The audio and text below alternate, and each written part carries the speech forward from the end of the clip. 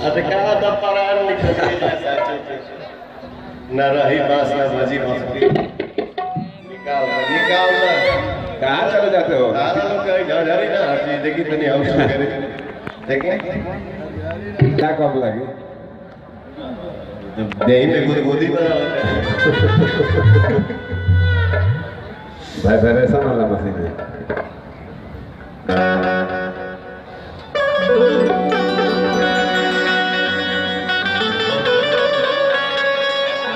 अकेले अकेले पवनवा कहाँ बड़ा संभाल। सही बात है। लेकिन अखलाक भाई एक बात बोलूं, मेरे से पहले जो अभी लड़की गाना गा रही थी ना, आप ही बुलाया जाए। अरे भाभी है वो।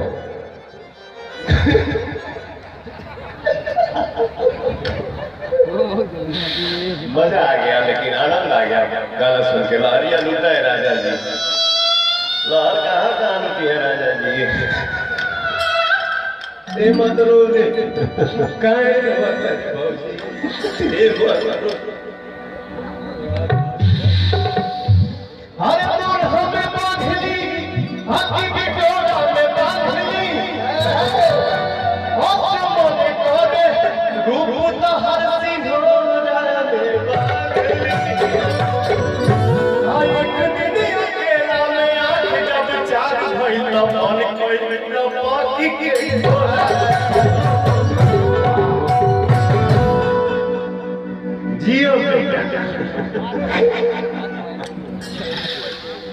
एक दिन YouTube खोल ली तो हमने खाली के लिखा था कि पवन सिंह आजकल हाथों से रोटी नहीं खा रहे हैं, यहाँ से खा रहे हैं, यहाँ से तोड़ रहे हैं। 2 कवर रोटी 3 कवर लिपस्टिक।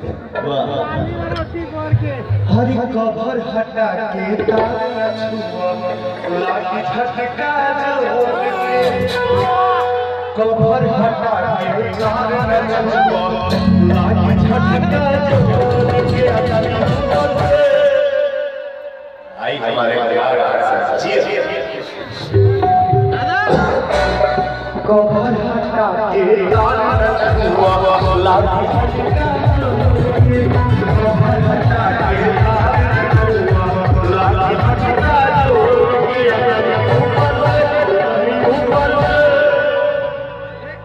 मतलब आप लोग समझ रहे हैं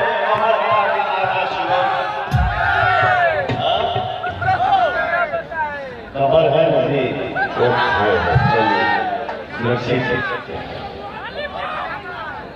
लेकिन बहुत अच्छा लग रहा है आप लोग सामने एनर्जी में है। जियो हमारे भाई, मेरा श्रोता मेरे लिए भगवान है। मैं कुछ नहीं, मुझे कुछ नहीं आता है, जिंदगी भर सीखना है। मैं अपने श्रोता का आशीर्वाद हूँ, आप लोग मेरे लिए भगवान हैं। आशीर्वाद ऐसे ही बनाए रखिएगा।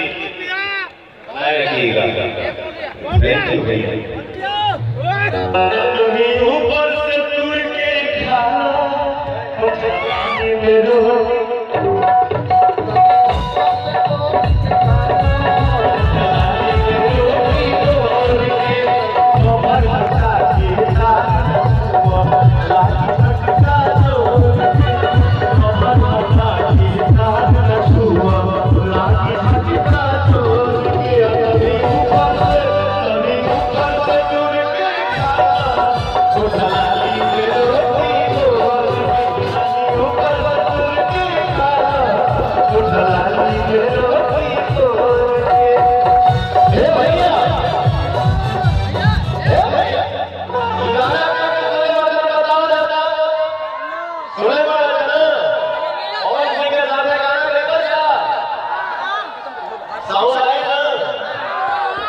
तेजी से आइएगा, लगे कि हाँ कोई गा रहा है।